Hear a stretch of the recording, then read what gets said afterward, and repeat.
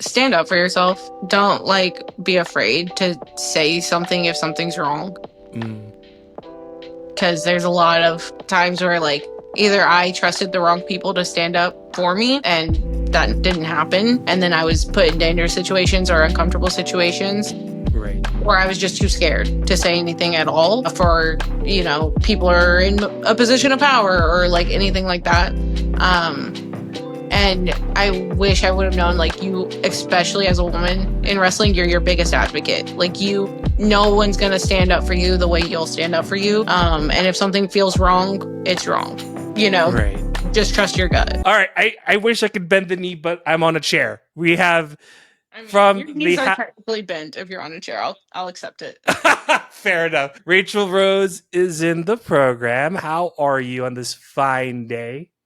I'm doing good. I'm doing very good. Okay, so the elephant in the room, because we had Calientita before, and she had her relationship with Roxanne Perez. But for you to work with Roxanne Perez back then with Rok-C, how did that relationship form? So that relationship started at a heavy metal show. Okay. In San Antonio. I was managing the Cool, and that was when me and Rok-C first met, and she was just in the locker room. I don't remember what she was talking about. I think it was someone, like some promoter, because she was really new too. Right. Some promoter, I think, had asked her to like, or was mad at her for taking like a booking or something like that. But I think it was like a big deal booking that they were mad at her about. Right. So she was just like really concerned about it, I guess. And I just remember being like, they're not paying your bills. Like, you don't have a contract with anybody. Right. Which now I'm eating my words. It's like, I take that back. I take it back. You have every contract ever, actually. But I was like, do whatever. Like, you got into wrestling to do what you want to do what you want to do. Like, if you think this is like good for you, or if it's something you just want to do it. And so then she was like, oh my gosh, like, thank you so much for like taking the time to talk to me about that. I was really stressed out. And I was like, girl, we all get stressed out. It's fine. Yeah. So we just kind of started being friends from there. And we're just really close. Like, we FaceTime all the time. That's good. Like, we'll do like weekly debriefs where we'll just like talk about our weeks. Obviously, she was at my wedding with Cora, which was awesome. But yeah, I think like personally, my relationship with her is like it's probably one of the best things that's ever come out of wrestling for me. That's good. Like, the friendship I have with her is just so, like, she's such a grounded person.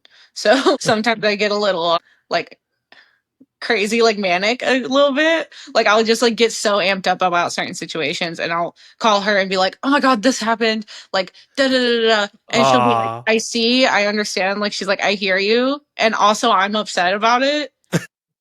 But you feel each other. That's what it sounds she's like, but also like, think about like big picture, think about this affects your like life in the future versus like everything else you have going for you, and like, is it really worth all the energy you're putting into it? Like, she's very much like that, so she keeps me like very like level-headed. It's going through the trenches too, because the match that I kind of watched this like during the weekend was the 2 out of 3 falls for the New Texas Pro Women's Championship and the ROH Women's Championship. Working with someone who's been in the trenches with you, how easy was it to go through that match with all the chaos that's happening throughout that match? So yeah, that was pretty far into like us being friends, and then also like us working each other a lot. That was like the time where we legitimately worked each other at least once a week on some show somewhere. So we just knew each other like the back of our hands at that point. So like, it really wasn't worrying about moves or like anything like that while we were in there. It was like, because I knew what was coming. Like, if her shine was starting, I know what her shine is. It's some version. If you know, like, my falsy this, my falsy that, her falsy, like, we know what we do and we know how to take it and we know where to go for it. So like, it's just a different dynamic when you don't have to worry about that. And all you're thinking about, like, as far as making sure you get it, is like the moment and your emotions and like what we're trying to tell people here. Cause it's a different style of match than like a regular one fall. Right. So I think it was just one of the matches that was really fun to like push ourselves and like creatively and be like, okay, how do we get across like who I am, who you are, and like what each title means differently to each of us kind of deal. It was fun. Okay. It was fun. Every time I was in the ring with her, I learned something. I'm like, and I, that sounds so like, I'm just like blowing smoke, but like I legitimately, every time I was in the ring with her, like I was like It's magic. this clicks. Like she's like, I can't understate how or overstate how incredible like of a performer she is. Like she's when she's in there, like for real, like not like she's great at training, but like when In the when that bell ring. rings, she's on another level. Like she's truly like she is a prodigy. Like I'm like, oh my gosh. Like every time I was in there, I was like It's learning like we stuff. concede. Like, all right, we get it. No, I was like, that's for real her. Like I don't Okay, like gotcha. Yeah, because I was thinking too, because like, that what's the one thing that makes working with Roxanne such a unique experience? Because I'm sure you've worked with so many people. What's the one outstanding quality that you see in her when you work with her in those matches here in Texas?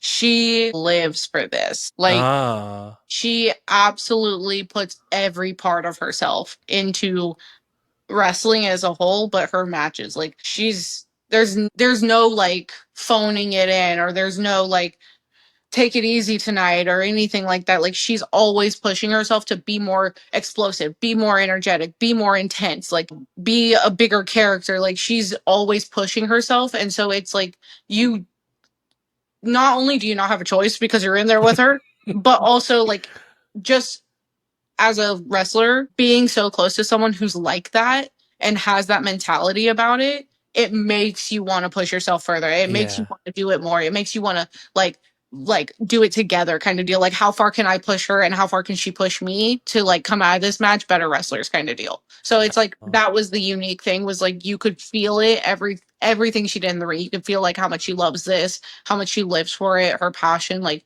there's literally no wonder she's where she's at.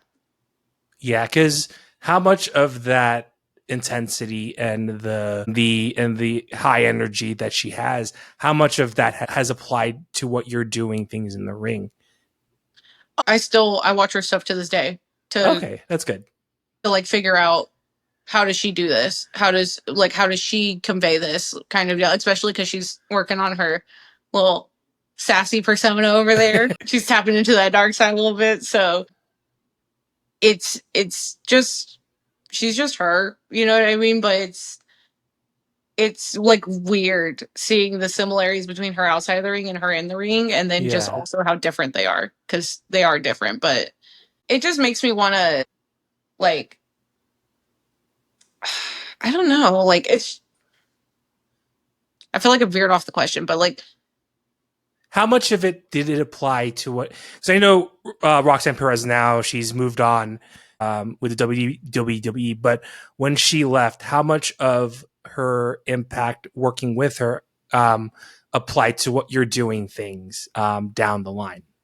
oh, I still am like implement things I've learned Okay, from that's good. that time that we got to work each other so often. Oh, I try and do it in all of my matches because, like I said, I can't think of a match I came out of with her where I wasn't coming out a better wrestler. Mm, And she also just took the time to like explain things to me. I know we were friends, but I feel like she would have done it for anyone kind of deal. right. But if I like, she would just explain things, and she wasn't afraid to be like, because we were friends, she don't just like, oh yeah, that was great. Like if something was off or anything like that, she'd be like, hey, what was this? Because like I thought we were gonna do it like this, or I thought it was gonna come off like this, and I feel like it didn't. Like where was your head at Right. with this? And I'd tell her my perspective, and she'd be like, oh okay, here's where I was thinking, and then I'd be like, oh, I understand now, kind of deal. And also when she got signed, she had a week. I legitimately think it was a week to move to Florida. Mm, Um, and during that week, she came and we had a key to the gym of the place we were training at the time.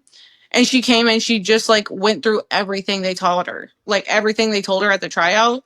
Me and her went in the training ring and we went through all of it. She was like, they told me to focus on this and not focus on this and move my arm like this for this. wow. She legitimately, in the week she had to move, she was like, I know we're not going to get to train like this anymore. I know this is your goal too. Here's everything they told me. And then she like had her Wow. notebook and we went through the fucking list. Wow, that's good. And to impart that, and that's a rarity to get insider information like that. And you kept pushing, even though she departed, and now you have like all of the bullet points on how to get to that level in a WWE tryout for sure. Yeah. Yeah, I mean it's weird because like I know WWE evolves and changes all the time, like what they're looking for, what they're not looking Yeah. for, things like that. So it's hard to like say that like, oh, I have the Bible on it now. You know what I mean? But I do. I think there's fundamentals for sure that they're just always going to look for and want. If they're looking for a wrestler, they want someone who can wrestle. You know what I mean? They if I'm they can, open. if they don't want someone who can wrestle, like they're going to go find an athlete for that spot. You know what Yeah. I mean? So Yeah, because like, and you've known, of course, in Austin with Inspire, and what's nice too is like the LLC was probably one of the cooler factions because it's like all of the best of what Texas has with Brick Savage, Dmitry Alexandrov, and Shimbashi, and of course with Roxy Castillo being the faction manager. Like, what was it like having these different perspectives in wrestling, whether it is the wrestlers themselves or Roxy? How unique is it to have that faction of all these minds in the wrestling scene? it's another thing where it kind of like challenges me because Okay. Brick and Dimitri, they both have a very different mindset to wrestling than I feel like me and Shimbashi do. Okay. They're comfortable in the more like ultra violence, all of these things. And me and Shibashi kind of usually stay in a more traditional match mindset. So we're less creative, I feel like, when it comes to those ultra violent matches and things like Okay. that. And then whenever it's a more traditional match, I feel like they come to us and they're like, Okay. hey, like, what do you think about this transition? How can I make it like cooler? How can I do it more unique? And so I feel like it's really it challenges us, but it's also I know I can go to them and if I need something that more violent, more intense, more anything like Right. that, and get their opinions on it and how to make it better and how to make me better. And then also they can come to us and ask us questions about like transitions or holds or like anything like that, which they're both obviously good at traditional wrestling as well. It's just Right. not their bag. You know what I mean?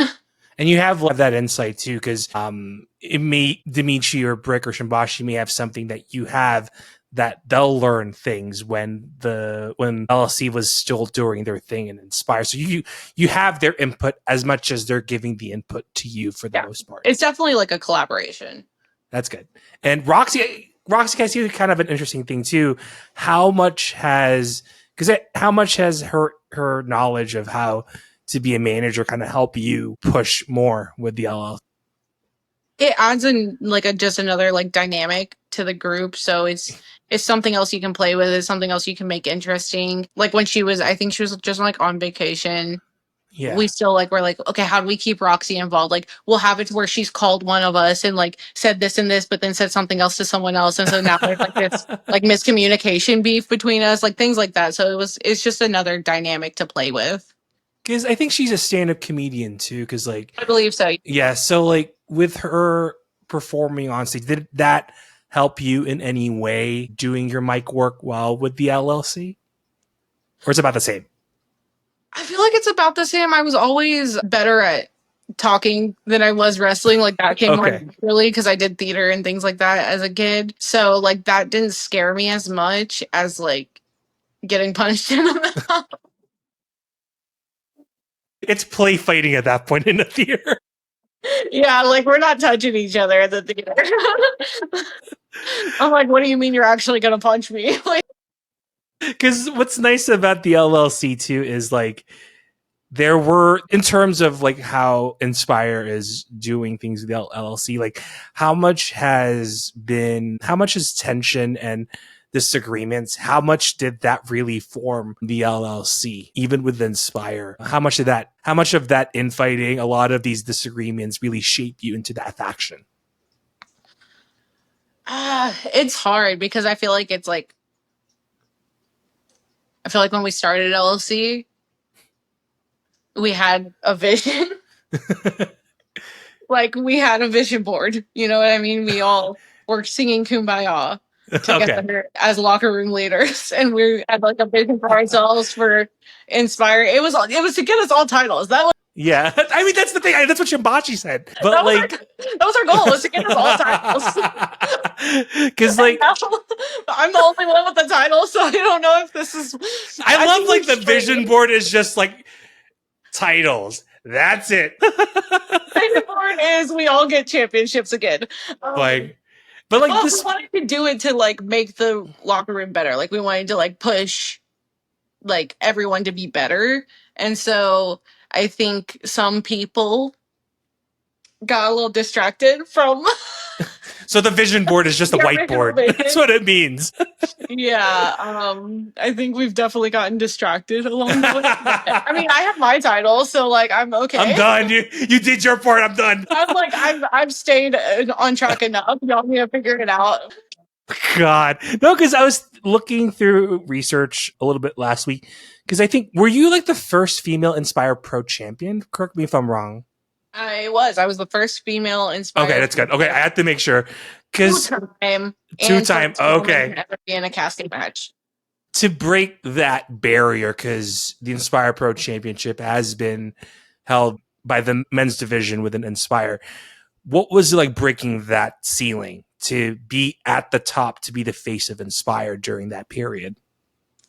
So it was Oh, it was really cool. that's all good. It's all good. Good. Inspire was the first indie show that I went to Okay. whenever I started training. So I mean, I saw my original school shows, but like outside of that, that was my first show I went to, and I just was like enthralled. Like I loved how Inspire ran. I loved the characters. I loved how different it was, and I just really wanted to like be a part of it. And so that was like kind of like one of my one days, Right. was just be on the roster. So to get the title and be the first woman to ever do it felt really special because I felt like I was, making a younger version of myself proud, I'm going to shift a little bit, but to have New Texas as your home, how much of an impact did New Texas give you being in New Texas for such a long time? It changed everything about wrestling for me. Okay. I was in felt like a toxic relationship Okay. with my old wrestling school. It was kind of like, don't talk about anything, everything's fine. Like, just pretend like everything's fine. If you have issues, no, you don't. Oh, Kind of deal. okay. And then I wasn't like valued there. Mm. I never would have been booked on that show if it wasn't for Kiefer. He pulled me and asked me to be his manager. And so I started doing that outside of my training school.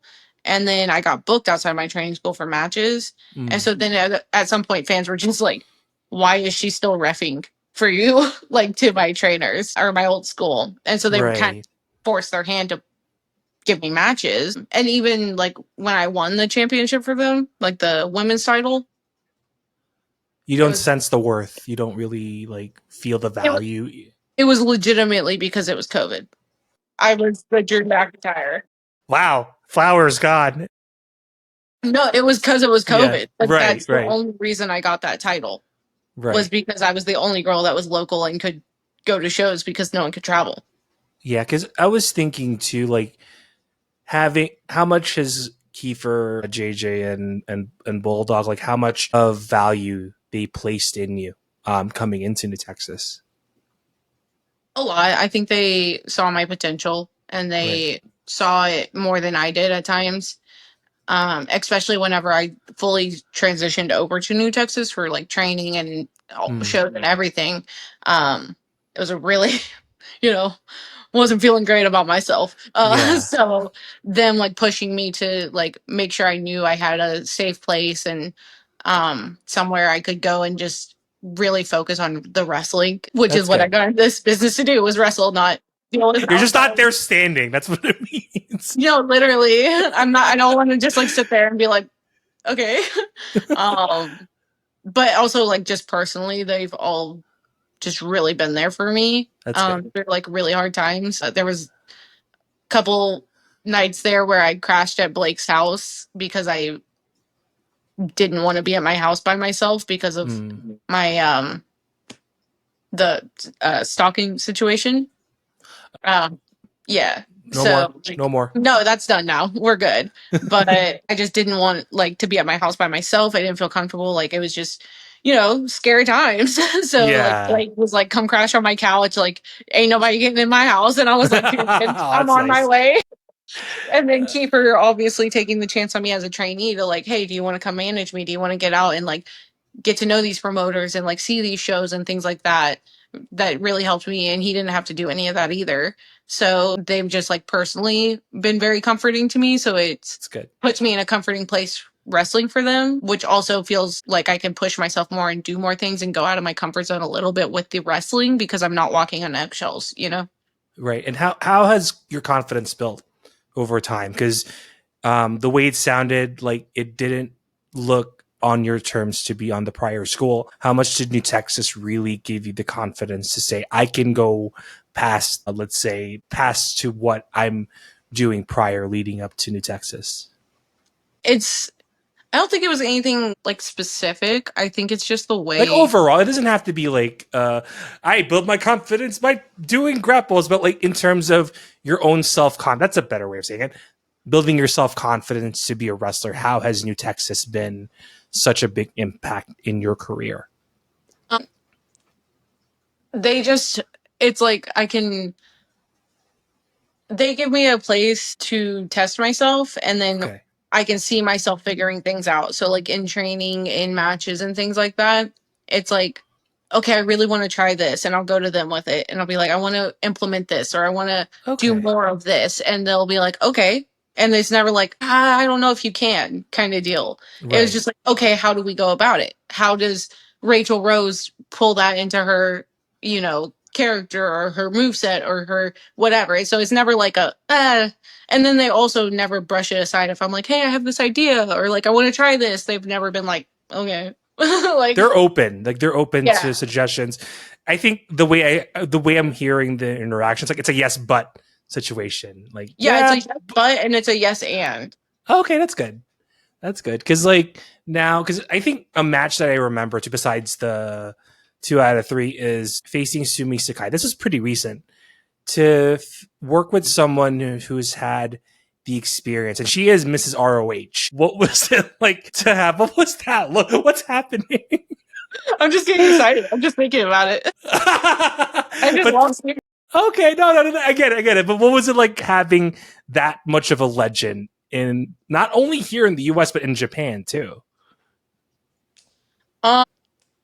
I think for her to want that match meant a lot to me because I Hmm. mean, me and her had met. We had worked a triple threat, I think, at Inspire previously. And then I had known her just because she's pretty active in Texas, or she was while she was wrestling. Yeah, So like I'd seen her here and there, she'd given me advice and things like that. So that's good. for her to want that match as her last indie match ever was insane. What? Oh, that's right. Yeah. That's right. It was her last independent match ever.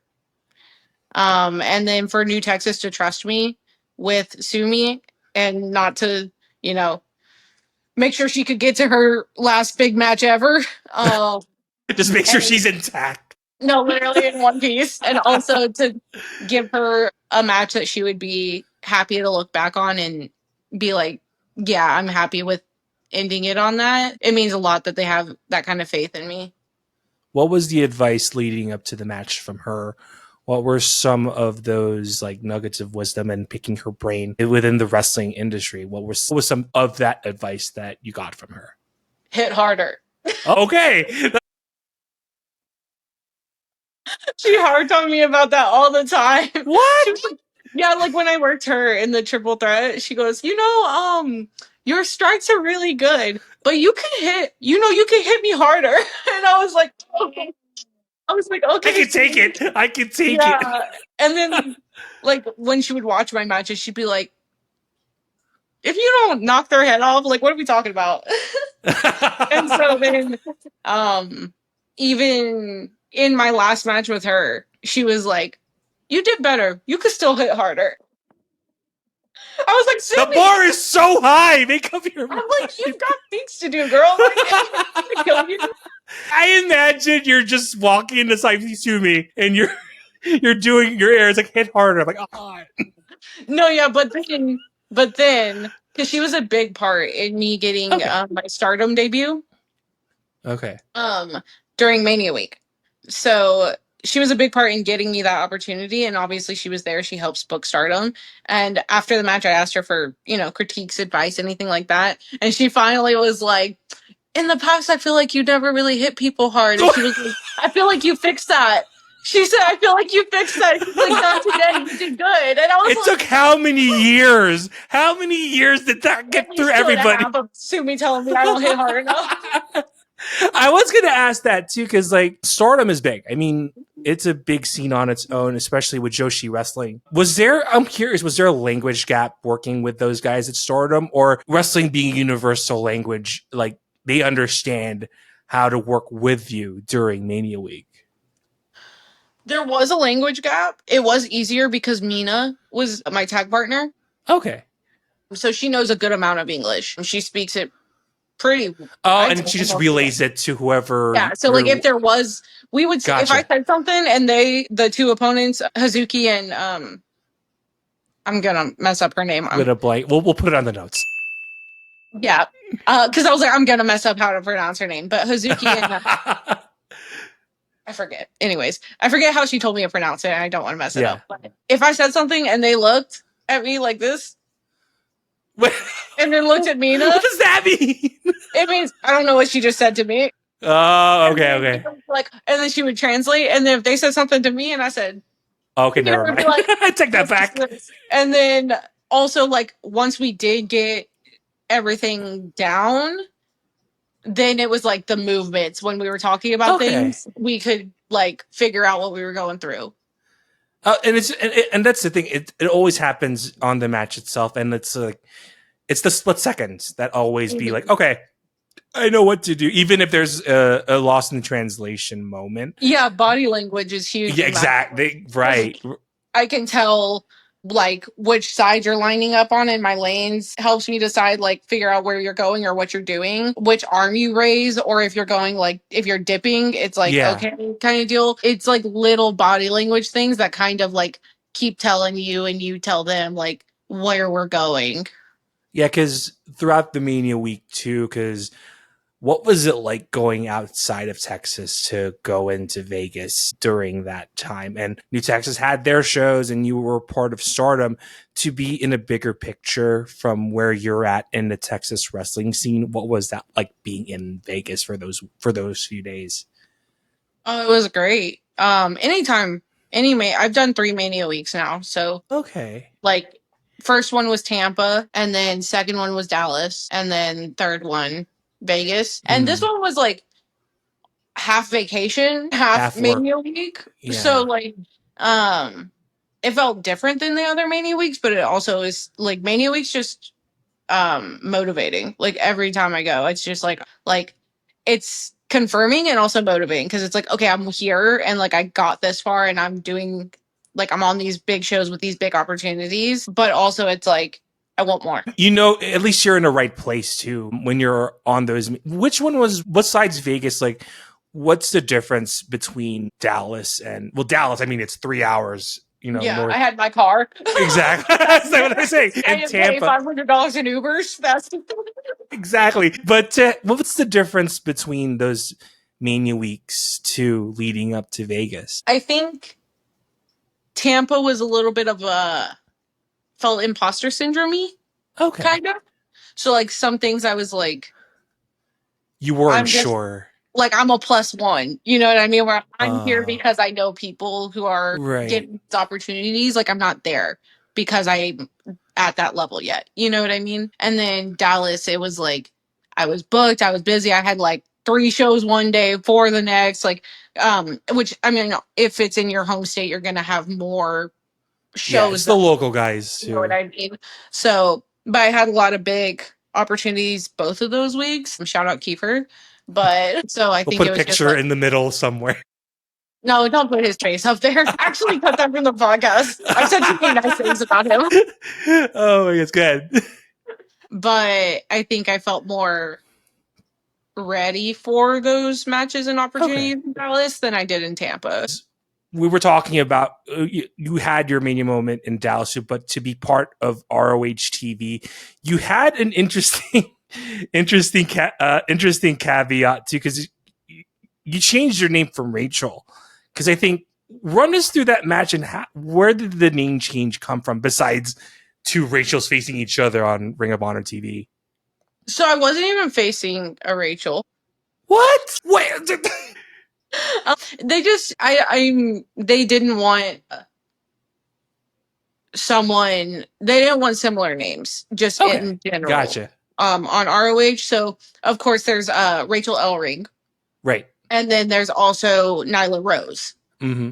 So they were like, can't do Rachel, can't do Rose. So I got it. Okay, so they were like, we want to like kind of feature you and give you a little bit here with Billy, but like can't use that name. And so I was like, and like I've gotten so many people who are like, was it a test? Were they like just trying to see if you would be like a brat about it or like whatever. And I was like, I don't know. Do you think they would tell me if it was a test? I was like, I don't know, but like WWE changes names all the time. Oh yeah. So like it's not like a foreign concept, and it does make sense. Like if Rachel Ellering's on the show and Nyla Rose is on the show, and then I'm out here Rachel Rose, like there's a lot of Rachels and there's a lot of Roses. So they let me pick a new name, so that was cool. What was that name? Aria Thorne. Aria. Oh, okay, that's cool. Okay, that's pretty cool. Yeah, I think it's a really pretty name, and also still ties in Game of Thrones. Yeah. And then Thorne because it ties into Rose. So Aria Thorne. Although I think they said Araya, and I was like, whatever. Whatever. I was like, close enough. Because I was thinking, because I keep forgetting that too, because a lot of your inspiration was Game of Thrones. And what I'm going to ask this too: what is your moment within the Game of Thrones TV series? Oh, like my favorite moment? Yeah, Game of Thrones or House of Dragon 2? Well, that's a good question. It is canon, so yes, let's do both. Okay. So, House of Dragon, it's when Rhaenys or Rhaenyra finds out her son's dead. And the turn from facing the fire when she was like, I don't want to be like bringing war. I don't want to do this. And then for that switch to happen, I think it's almost the same for both shows, by the way. But I think so. And then when she slow turns to the table, and like you could see, like as she turns, her face changes and a mentality change without her saying anything. Dude, yes. And then it's almost the same, I think, for Game of Thrones because it's Daenerys's "Let it be fear." Whenever she realizes Jon doesn't love her and he can't let himself love her like that, then because she tells him like I will rule by love or I will rule by fear. And then she tries to kiss him and he pulls away from her. And that was the last thing she was holding on to keep like herself and keep like her morals in check. Yeah. What she knew Jon would not love her anymore if she burnt King's Landing. But then she realized Jon already didn't love her anymore. And so she said, let it be fear. Let it, because I remember watching that moment. I love a good heel turn. That was like, especially when man, my coffee's one wearing out.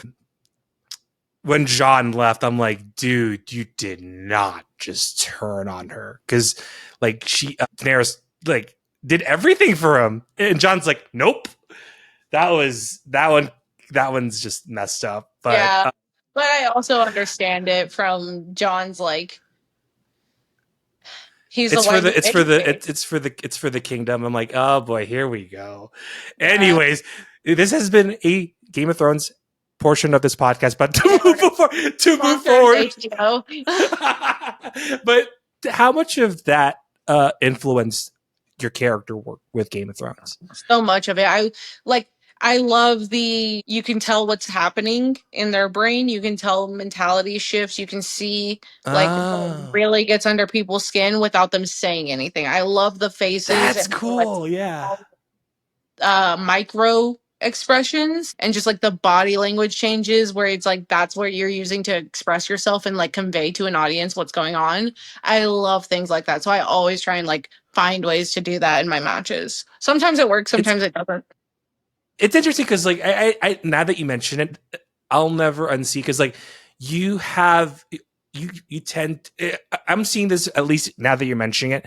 There's a little bit of microaggression on some moment when you go in the ring. I was like, oh, okay, I'm not messing with her. And when everyone did the down the knee, I was like, oh, there's the Game of Thrones moment right there. Yeah. Oh my goodness. So with with the year, we're mid year. What are you looking forward to with the year halfway through this year? I would love to be able to work more um out of state. I would like I had right after COVID, I had a year or two there where I was going out of state a lot. I was working a lot of deadlock. I did freelance, things like that.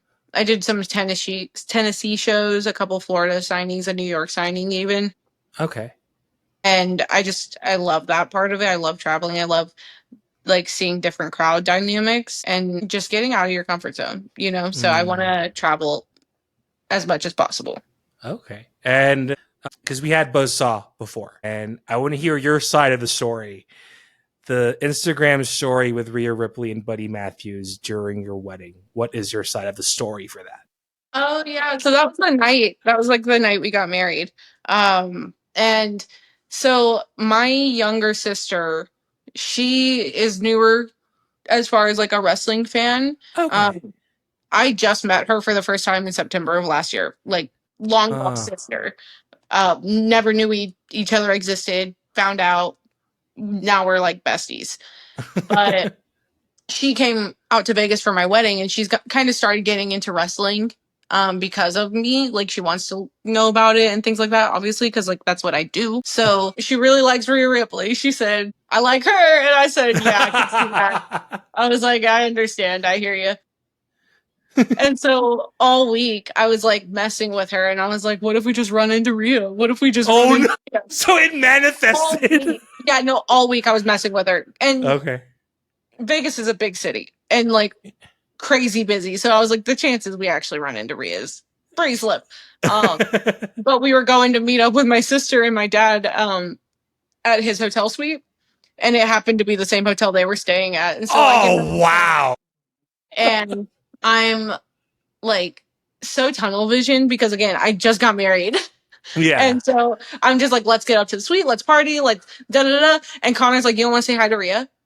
And I like turn. And I was like, oh my God, that is Rhea. And so he goes and he's talking to Buddy, and I'm talking to Buddy and Rhea too. And then I didn't want to be like rude and take up her time.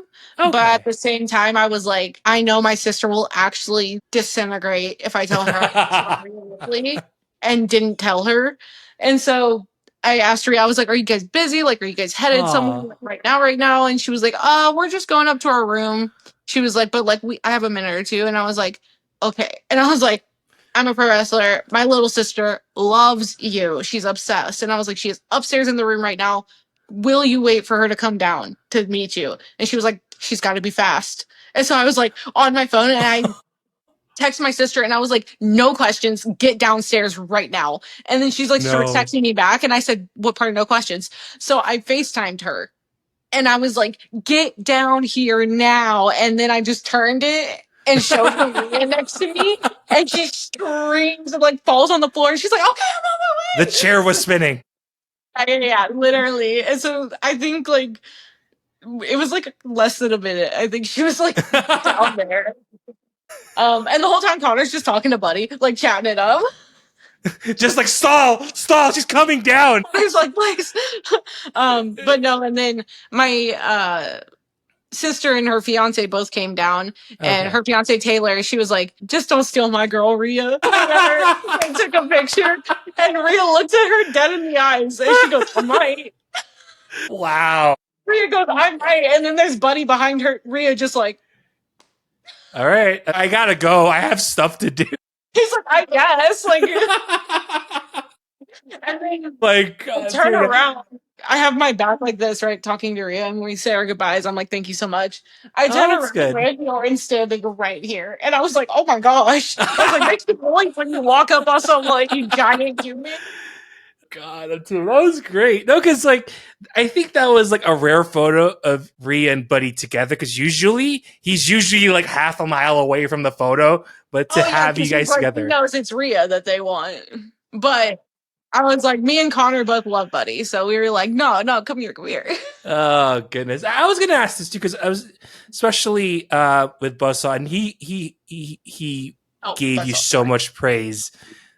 Being a partner in the ring and in marriage, how much of a support system that he gives you and how much of a support system he gives back to you. If that makes sense. My brain is going off. Like how much he gives me and then I give to him. Correct. Yeah.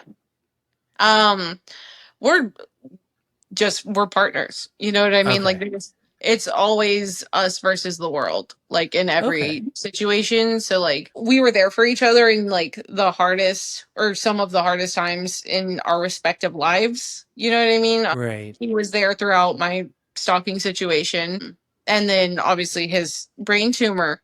And so having him to support me and be that place of like safety and comfort during that was like, I literally don't think I would be here if I didn't have that. You were looking out for each other. Yeah, if I didn't have him during the stuff I went through, I don't know where different I'd be. Circumstance. Yeah. And then I'm just, I'm glad he had a support system with what he was going through. I couldn't, like, it was hard. So I couldn't imagine like him going through it alone, Because now, and it's interesting because when he mentioned a lot of the help that he's gone through, and I was thinking about my brain is going okay. How much of and to have that ultimate partnership in marriage, how much did that keep you guys stronger, supporting each other as husband and wife? I mean, we did just get married, so I mean, it was okay, but no, it's been great. It's like he's my best friend in the world, like okay. So it's just like there's no one else that I'd rather like spend all my time with or share things with, and so it just makes me really excited, honestly, because it's like I know that we just get to spend the rest of our lives together and like get to experience like life with him. It's just really exciting. Yeah, and like the journey that you're in, and it's a hard road. And if you can look back to it, and if you were in the same room as a teenage version of you, what would you like to talk to her about? Ugh. Sorry, I went ocean real quick. It went ocean. Stand up for yourself. Don't like be afraid to say something if something's wrong. Because there's a lot of times where like either I trusted the wrong people to stand up for me and that didn't happen, and then I was put in dangerous situations or uncomfortable situations, right? Or I was just too scared to say anything at all for people are in a position of power or like anything like that. And I wish I would have known, like, you, especially as a woman in wrestling, you're your biggest advocate. Like, no one's going to stand up for you the way you'll stand up for you. And if something feels wrong, it's wrong, Right. Just trust your gut. With the support system that you have, like that really helped really cement yourself as a person over time. And there are people who are fighting for you, who are standing up with you as you started to grow up, not only like in a personal way, but within the wrestling family that you have wherever you're at. Yeah, having people to lean on is like just tremendously comforting. Like knowing that in any locker room I'm in, I have people that if something were to happen, I could go to them immediately and let them know, and they would have my back in that situation. Like, not only am I more comfortable now to where I can stand up for myself, there are people who have my back, no questions asked. You know what I mean? Who would immediately stand right beside me and make sure that, like, whatever the situation was got handled. Right. So this is fun. Every guest that I walk into here on the video call, we're always like 5 minutes. I'm like, all right, bye. But to have the conversation that we've had, really, and I always say this every time, whenever you're in the ring, like, I understand like the story and the journey that you have. So I really appreciate you having you on this week. Well, thank you. It was fun. Yeah, so I have nothing left to give. You have the floor. Get away, Thunderbolt. Where can we find you? You can find me on Instagram, Twitter, Blue Sky, and TikTok. I'm trying to get to 10K on TikTok, okay? I have 14K everywhere else, and I've got like 4K on TikTok.